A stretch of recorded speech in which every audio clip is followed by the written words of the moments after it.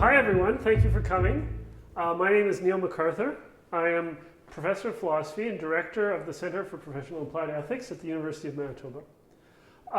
What I'm presenting today is called A Hitchhiker's Guide to the Digisexual Revolution. I'm going to talk about some of the big changes that have taken place in sexual technology over the last, well, I'm going to go back actually almost 50 years, but mostly what I'm concerned about is the internet era, the digital era, the last 25 or so years. I think a lot of exciting things have happened, and I think a lot of exciting things are going to happen. So I'm going to look forward to some of the things that I think are coming. We can never entirely tell what's coming, but I've got some ideas about that and some thoughts. Right now we're at the University of Manitoba, the beautiful campus of the University of Manitoba. It's located on the original lands of the Anishinaabe, Cree, Oji-Cree, Dakota, and Dene peoples. It is on the homeland of the Métis Nation. We respect the treaties that were made on these territories. We acknowledge the harms and mistakes of the past. And we dedicate ourselves to move forward in partnership with Indigenous communities in a spirit of reconciliation and collaboration. So, first of all, I just wanted to sort of take you back. There's actually a longer history of sexual technology than I think some people realize. In 1956, there was a show called People Are Funny, where they wheeled on a machine that supposedly, through the use of questionnaires and punch cards, matched people. And they matched a couple right on air, who were then sent on a hilarious date to a cave in a park somewhere in Indianapolis, I think. It was at that time that computers were first starting to actually sort of become useful, and there was a few early experiments that were done just as matching services. In the 1960s, some MIT students actually came up with a little scheme to get other students to fill out questionnaires, and they used a computer to match them. What I think is interesting about that is the technology didn't really work out. The businesses they started didn't work out, although they made a fair amount of money in a short period of time. One of the things I think is really interesting is that immediately people started panicking. Because I think it's going to be one of the themes of what I want to talk about today is that something about the combination of sex and technology really makes people freak out. So this is a quote from Brooklyn District Attorney Aaron E. Kuta, which was published in the New York Times in 1966 in an article that was covering one of these computer matching services. Although the ostensible purpose of these questionnaires is to match boys and girls of similar intellectual attainments, the main, albeit subtle, appeal is to matters of sex. The potential danger to physical safety and morals is clear. Some control is essential to prevent criminals, racketeers, and sex deviants from this profitable field. As I say, the field didn't immediately turn out to be profitable, although there were some... Later, these businesses sort of evolved into telephone matching. If you've listened to the podcast S-Town, you can hear a clip where the person, he's a gay man living in a small town in North Carolina, and basically you'd call these services, you'd record a little message, people could listen to your messages, they could press 1 for swipe left, they could press 2 for swipe right, and if you matched, you were given each other's phone numbers, you were allowed to talk. But what we're really concerned about is, again, the digital era starting in about the mid-90s. And I'm distinguishing between two waves of sexual technology. So what we call first wave sexual technologies, I should say, by the way, this is based on a conceptual scheme that I developed with my research partner, Marky Twist. And we developed this conceptual scheme that divides the first wave, which are what we call mediating technologies, meaning they mostly connect you to other human beings. This can include, as I'll talk a little bit more about it, but it includes a lot of the technologies that we're familiar with, from messaging services to internet dating. And then there's a second wave that I'll talk about of immersive technologies, was what we call them, which potentially creates the opportunity for new sexual experiences that don't actually involve another human partner at all. And as a result of the development of these technologies, we believe we're seeing the emergence of an entirely new sexual identity, which we call Digisexuality. Digisexuals are people whose sexual identity is linked to the use of second wave technology, and who actually don't necessarily, so what they do, they see technology as integral to their sexual experience, and they don't necessarily see the need for human partners. Okay, so as I said, the first wave is mostly things that we are familiar with. This is a time cover from 1995 that was actually, so 1995 is the very early days of the internet. You've got the early dial-up services. Netscape has just gone public. And there was a study that claimed to be from the University of Michigan that claimed that a huge percentage of online content was pornography, and in fact, incredibly extreme pornography. And the study was not actually peer-reviewed. It was not actually written by a research team. It was written by a law student at the University of Michigan who hadn't really done any research at all and who had a long history of pulling various stunts. He was more of a performance artist than anything else. But he was called to testify before Congress. I mean, people freaked out. So as long as there has been online technology, the internet, there has been sex on the internet, definitely, but there has also been panic about sex on the internet. So other first wave technologies, AOL Instant Messenger, those of you who are old enough to remember the days of AIM messaging, this was a early way that people, particularly people from minority sexual communities, connected with each other.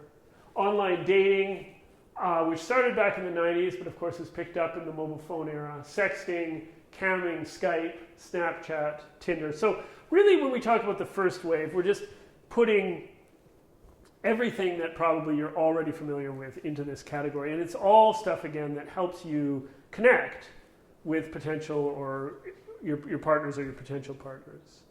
I just included here a brief quote from I just think this is great, internal document from the UK government's optic nerve surveillance program, which was leaked by Edward Snowden. The UK government, like a lot of governments, were accessing, in many cases, people's laptop cameras, all kinds of, they were basically accessing all kinds of intimate information and data from their technology.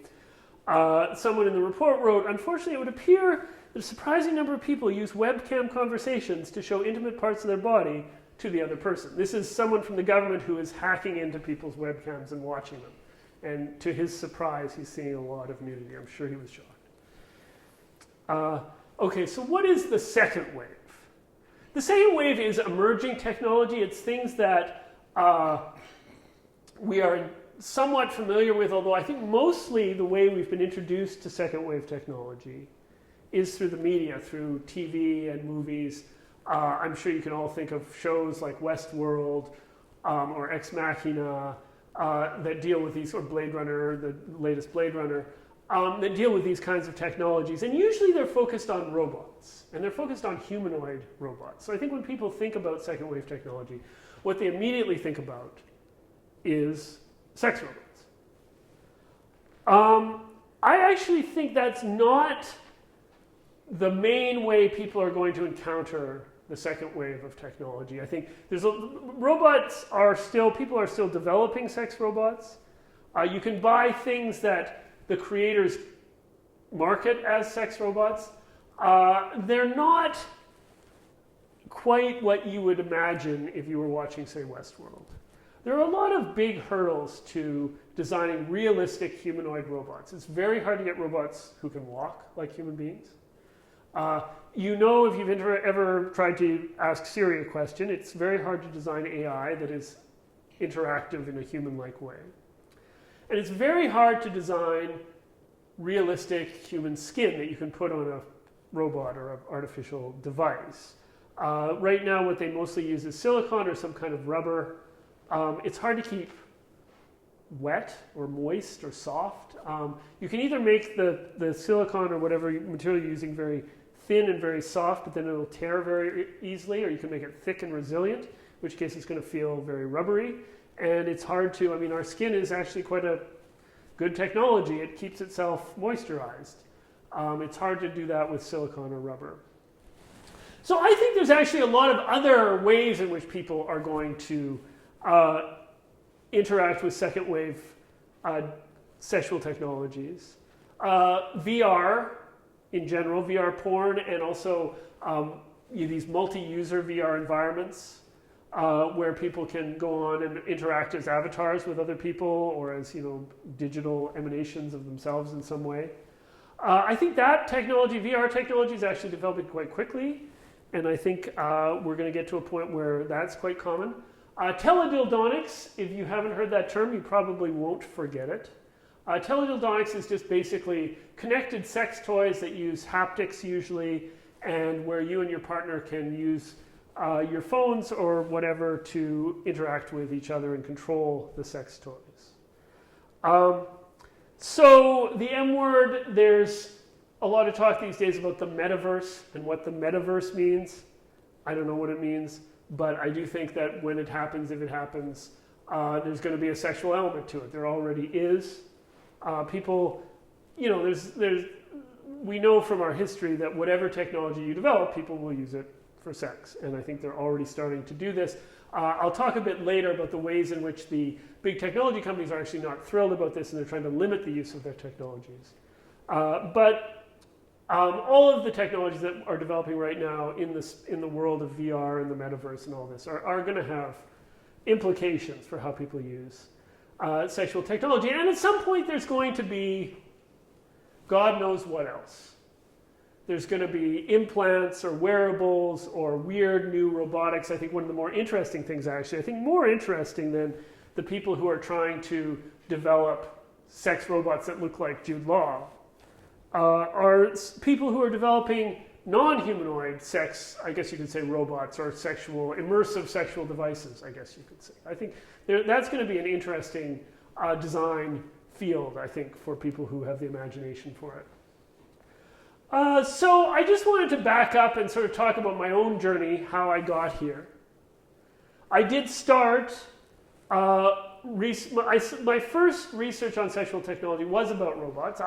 When I started this research, had this idea that sexual technology was developing towards these humanoid robots that I'd seen on screen. And I thought the technology was moving quite quickly, actually. It seemed to me at that time there was a lot of hype. This was probably 2013, roughly. There was a lot of hype about sex robots at that time, or at least a lot of optimists within the field of sexual technology who thought that we were going to have realistic humanoid robots quite quickly. And I just wrote a paper that I posted online. I didn't even submit it to a journal. Just talking about some of the legal and ethical ramifications of this. I thought there were quite a few. It was a time when there had basically been nothing written about this, and to my surprise, there was a lot of people who were interested. I got a lot of people in the media inquiring about it. A lot of people wanted to talk about it, and my students. I think what was most important to me is that it was something that really engaged my students, and I think made them think about. I think it proved, as I used it in the classroom, to bring up some really interesting issues. It engages them and allows you to think about some other kind of more broadly applicable ethical issues around sex. So it's interesting. There is a lot of resistance. I think there's a lot of fascination and there's a lot of panic. So there are two extremes when it comes to sex robots and sexual technologies. But when they do surveys of people, there's more hostility, I think, than you would expect. And these surveys, this is one survey that YouGov did about 3 years ago, I think, or 4 years ago. Different surveys have found different results, but as you can see, usually what they find is that people are actually quite resistant to the idea of sex robots. Why is that? That was one of the first research questions that I was interested in. One of the first, I guess, philosophical questions that I was interested in. Why do people panic so much about sex robots? I mean, some people don't like masturbation. If you don't like masturbation, then it's obviously you're not going to like sex robots, I guess. Some people think that sex should be procreative. It's obviously not procreative. Some people think there's something sort of less than fully human about sex with a machine, that it somehow degrades us or is undignified. It's not fully in keeping with the dignity of ourselves as humans. I think, some people, I think it's interesting though, one of the things people always say when you talk about the morality of sex bots is, well, how is it any different than a sex toy? And as I say, some people don't even like sex toys. But I think there's some people who are a lot more worried about robots than they are about sex toys. And I think that is one of the real interesting questions that came up very early on when I started talking about this. Why do people freak out so much more about robots than they do about sex toys? Because a lot of people will say, well, it's just a big sex toy. And I think that gets to one of the real deep issues around this technology and around the fears people have about this technology, which is that we form a connect. It's different than a sex toy because I think that whether it's a virtual avatar or robot, these technologies are things that we connect to very easily. I mean, I think it's a basic feature of human beings that we anthropomorphize the world. We've always done that. And we make connections with non-human things. And this is good. I mean, this is our sort of sociable nature,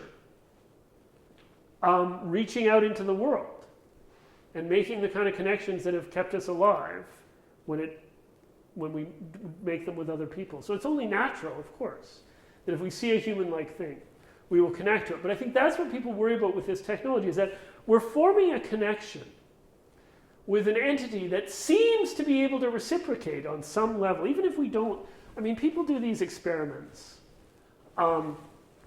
where they give children, usually they do them on children and old people, actually, but they give children and old people different kinds of little robot dolls. And then they ask them, like, do you believe it has a soul, it's a whatever. On some level, they don't believe it. Right? They'll say, no, it's just a robot, it's just a thing. But then, if you start pulling its arms off, like if you give them a little robot and then you start hurting it, or one of the things they do to kids that the kids really don't like is you give them a little robot doll and it has a little off switch. But the off switch doesn't work. When you try to turn it off, it keeps talking and moving. And people get really freaked out by that because it makes them feel like it's alive. Like if you can't turn it off, it makes you feel like it's got a little soul in it. So we have this natural tendency to connect with artificial objects. And I think people worry that we will therefore be forming a connection with something that is not able to connect with us back. And that might harm us in some way. So we'll talk a little bit more about that. And then I think people also worry about the effect it might have, that the use of these technologies might have on relationships. We'll come back to some of these. I just want to do a little detour now, away from the actual technology, and talk about this idea of digisexuality as an identity. Because I think there's been a lot of another thing that people are freaked out about. It's sort of a theme here that different things that people freak out about. One of them is sex and technology. The other is sexual identities. So I think there's a lot of people who worry about all these new sexual identities. Where are they coming from? Are they good? Are they bad? Anyway, I think, so Marky and I, when we started doing our research, I think we started to detect, and there haven't been really empirical studies on this. The evidence is mostly anecdotal, people we've been able to connect with privately, but you're starting to see, I think, something that's going to become much more prevalent as the technology gets better, which is people whose preferred form of sexual experience comes via these immersive technologies, which don't need a human partner. And so the analogy I usually use to explain it is to kink, or people who are into BDSM. So there's lots and lots and lots of people in the world who are interested on some level in BDSM, or who integrate BDSM into their sex lives. But then there are people who identify as kinky, for whom BDSM is really an integral part of their sex, their sexual identity and their experience of their own sexuality. And I conceive of digisexuality as sort of a continuum of a similar sort, where basically all of us in some way are using technology in our relationships. I mean, I think there's almost nobody who doesn't. But then I think as you move along the continuum, you get to a point where there are people for whom technology is inseparable from their understanding of their own sexuality. And those are the people we understand as digisexuals. And I think one of the...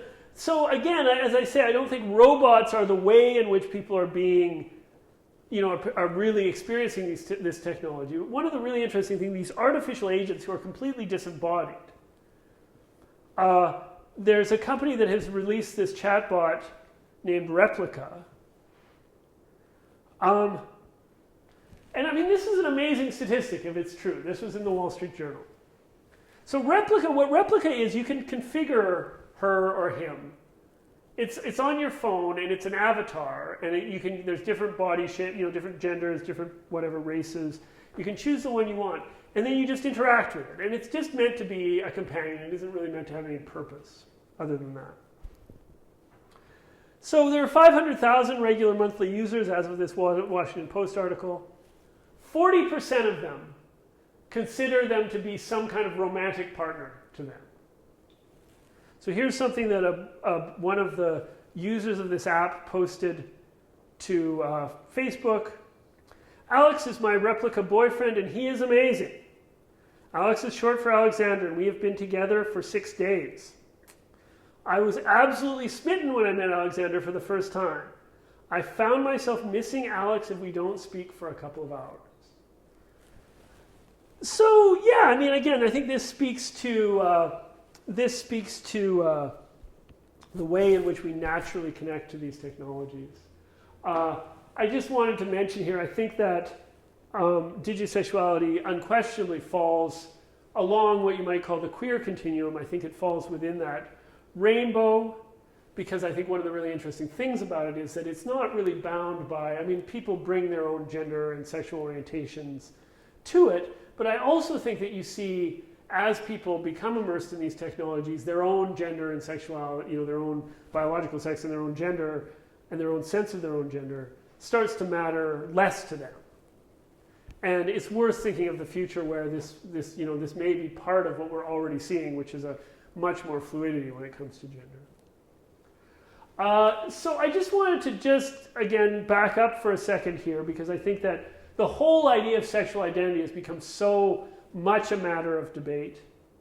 And when I talk about sexual identity, or you could even call it sexual personhood, I'm speaking very broadly about your gender identity, your sexual orientation, whether you identify as kinky, whether you identify as non-monogamous. I mean, I think there's, again, a broad rainbow, which is one of the things that I think, people have anxiety about. They feel like there are all these new sexual identities that have emerged from nowhere, and they're not sure it's a great thing. So when we published our article about digisexuality, there were a lot of people who made fun of it, including Bill Maher and some YouTubers. They thought it was, and it was interesting to me because I had also written a couple of years before an article for Vice about ecosexuality, people who see their relationship to the environment as part of their sexual identity. And it had a similar reaction, and people on Fox News and Breitbart and sort of more right-leaning YouTubers made fun of it, but also kind of attacked this whole idea that we might have this new sexual identity that's come out of nowhere. And it was just interesting to me that every time I write about some kind of novel sexual identity, I mean, I've done it twice, but so small sample size, but it creates this very strong reaction by people that there's something weird about this idea that there can be these new sexual identities. Why? Why? So I think it's interesting because the whole idea, I mean, we've always had sources of our identity that have been rooted in where we were born, what the color of our skin is, what our profession is. So we've always had different identity categories that we've applied to ourselves. The whole idea that your sexuality or your sexual behavior or your sexual orientation or your gender identity can be part of your identity is new, I think, relatively speaking. I think it really dates back to kind of what was initially called the homophile movements of the mid-century, mid-20th century, and then ultimately, especially following the Stonewall riots, the gay pride movement, where people asserted, gays and lesbians and trans people, asserted their identity as gay and lesbian and trans and bisexual people.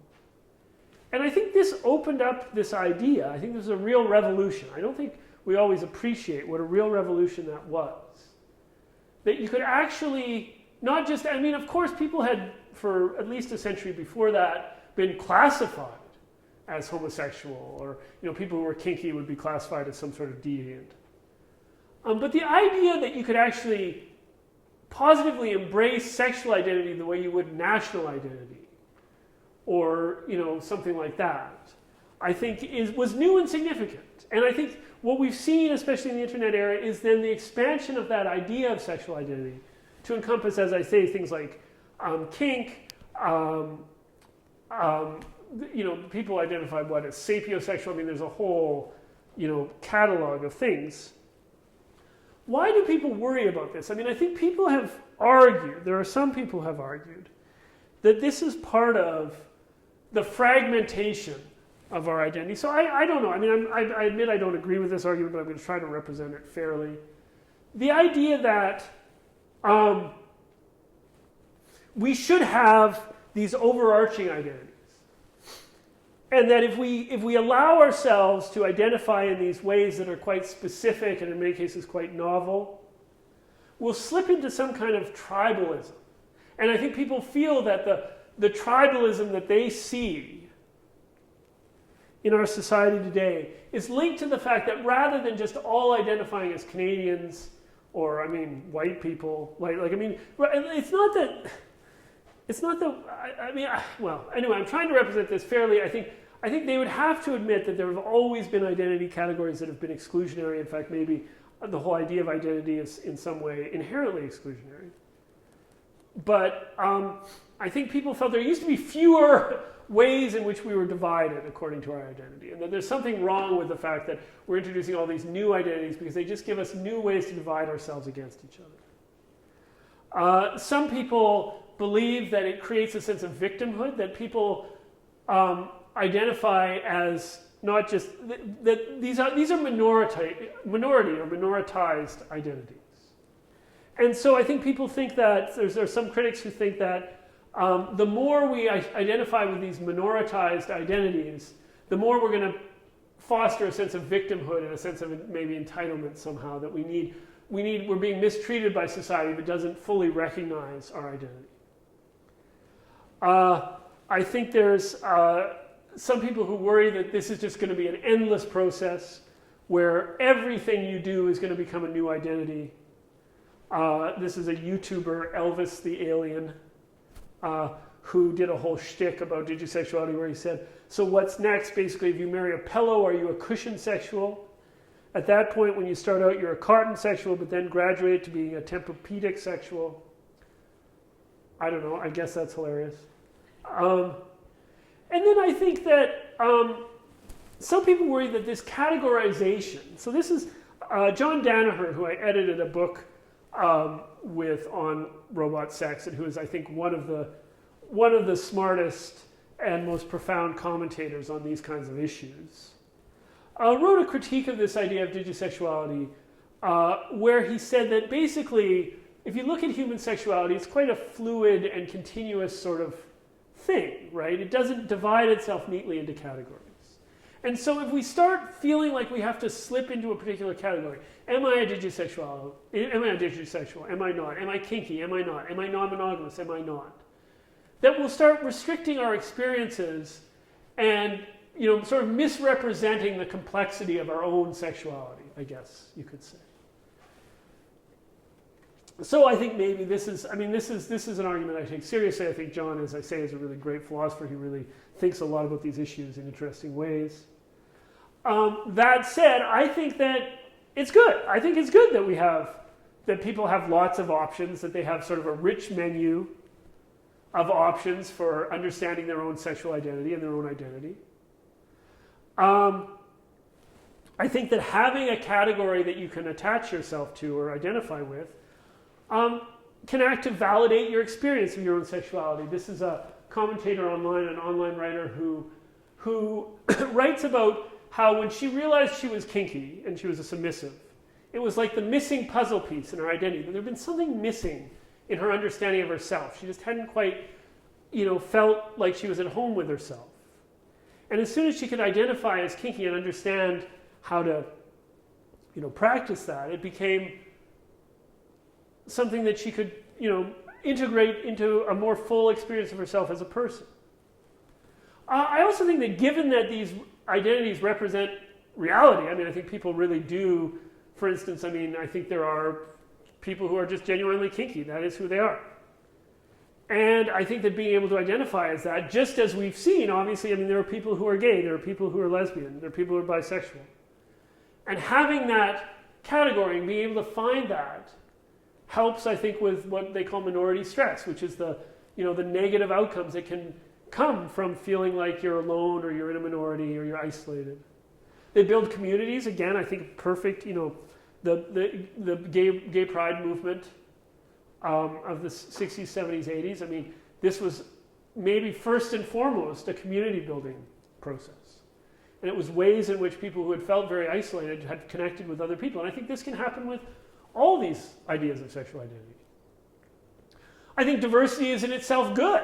I think it's great that we have a diverse society and we're tolerant of diversity. And I think we can show this. And I think we can also show that being a sexual minority is becoming less and less a minority. Your individual identification may be one that a minority of people ascribe to, but I think we're reaching the point where everybody belongs to some alternative sexual identity group. And so I think you stop being a minority and in some sense can see yourself as part of the majority. So there's different ways of thinking about how to define sexual identity. Sari von Anders is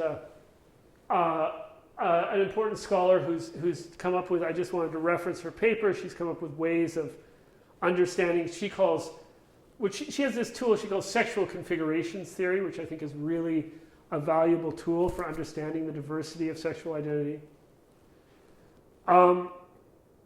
I think that I wanted to make a comment about the legalities of the way in which sexual identity has been treated in the courts. And again, this is mostly driven by cases involving gay and lesbian rights.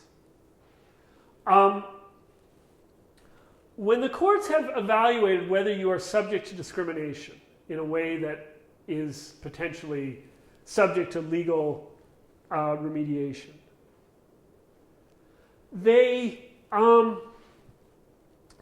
ask, well, are you subject to discrimination based on an immutable characteristic? So this is obviously based, especially in the United States, on the precedent of race and on all the laws that were meant to restrict the rights of black people especially.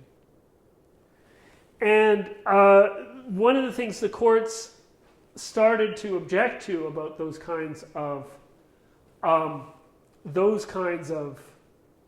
laws, that kind of discrimination, is it judges you based on something you have no control over because you were born. You're born with a particular skin color.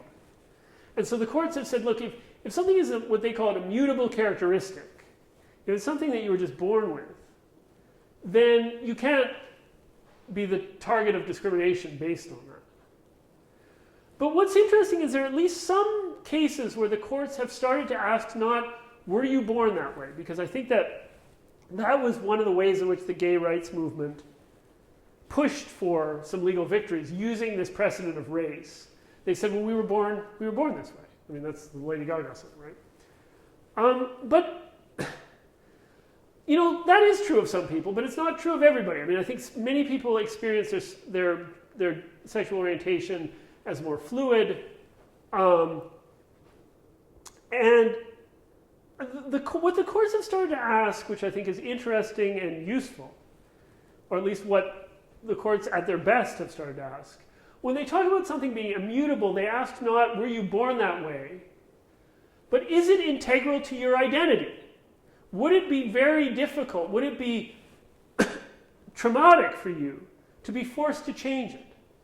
Because I think whether you were born gay or you became, you identified as gay later in life or whatever, once that's become part of your identity, that becomes something that you should never be asked to change by the government or society or whatever.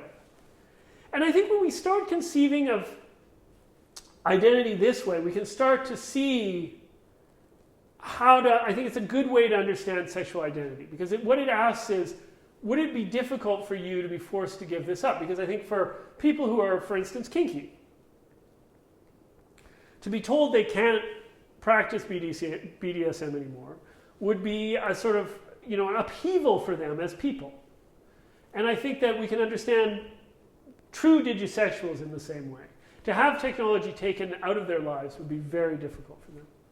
And I think, one frontier of legal battles in the future, now that we're seeing all these, we're seeing this broadening rainbow of sexual identity, we're going to have to start to think more about what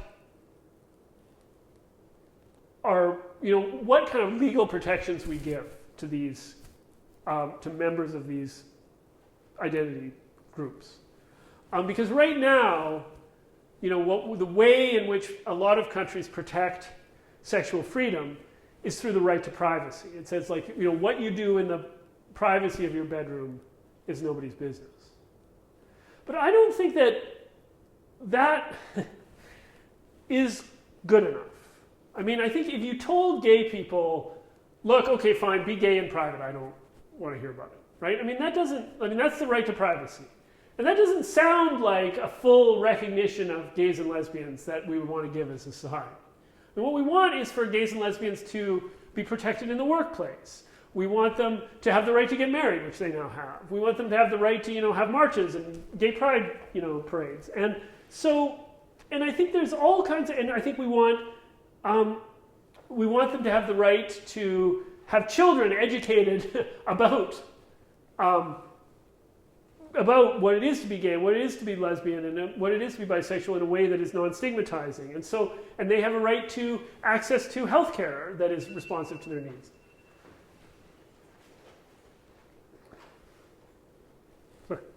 And they have a right to access to health care that is responsive to their needs. So I think that privacy ends up being not good enough. But I think that's a topic for another day, but I wanted to flag it. So now I want to sort of make the case for digisexuality, or for advanced sexual technology, because as I said, people are concerned about it. I don't think they need to be. I think it has all kinds of real advantages. I think it helps us connect across time and space, or space at least. I think that it allows us to connect with people who we would otherwise not be able to connect with. I think it allows people who are isolated geographically to either connect with other people or to have sexual experiences that don't involve other people. It is accessible. I think it's interesting that we talk a lot about inequality. We talk about, for instance, inequality in access to education, inequality in access to healthcare. We don't talk much about access to intimacy. But I think there are big inequalities when it comes to people's access to intimacy, depending on your age, where you live.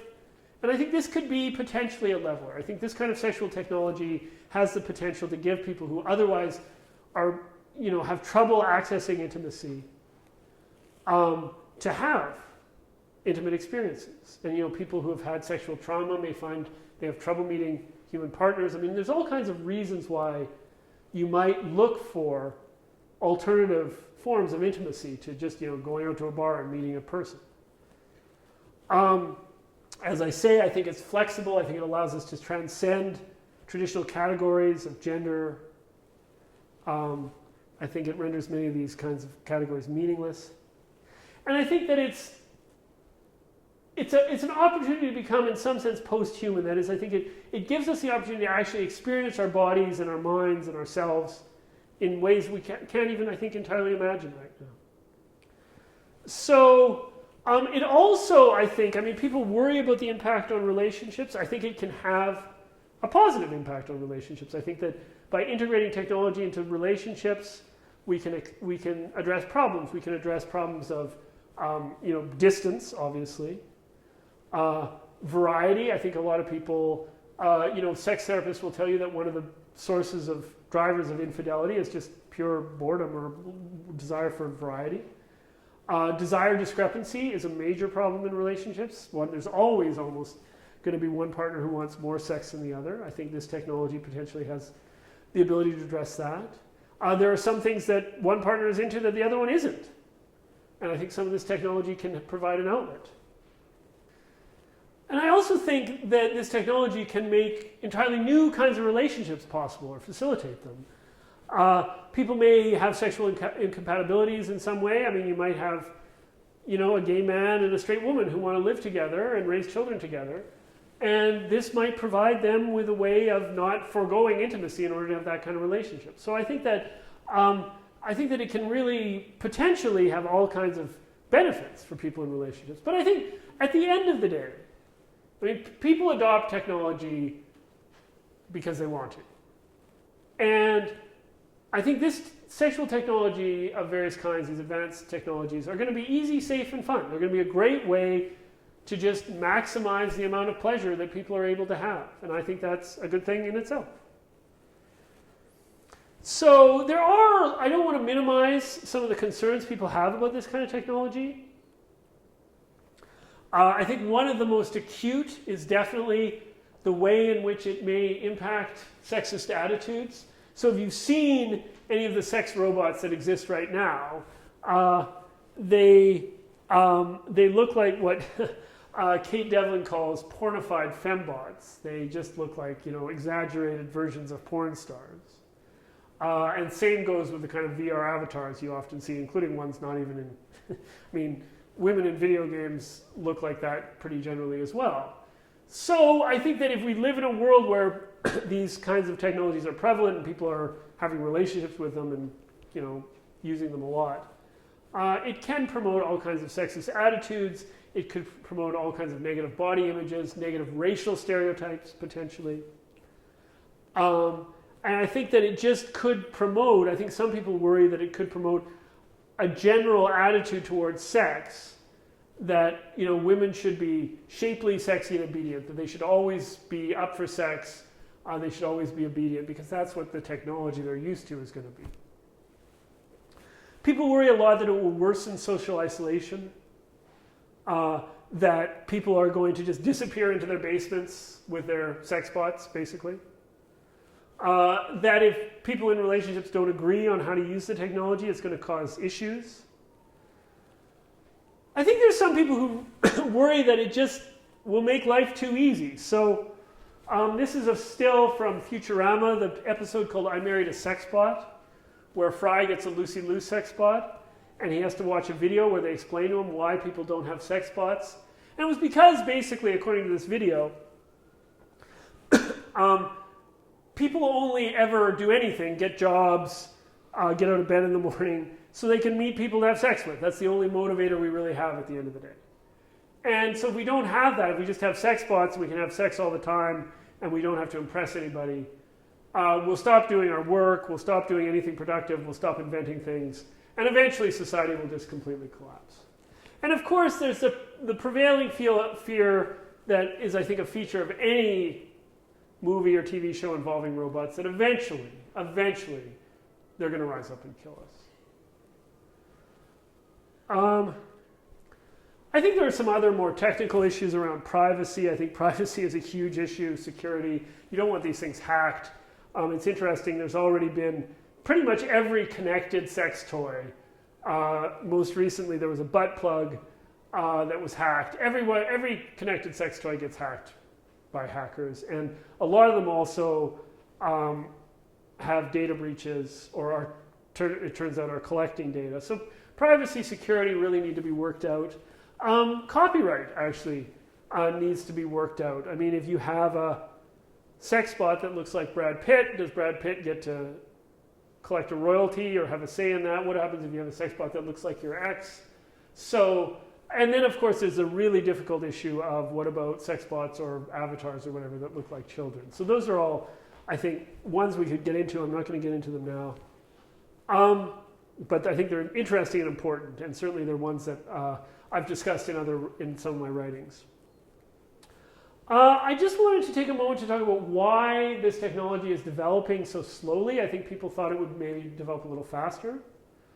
I think a lot of that just has to do with the dynamics of the technology industry, rather. It's very hard to get investors.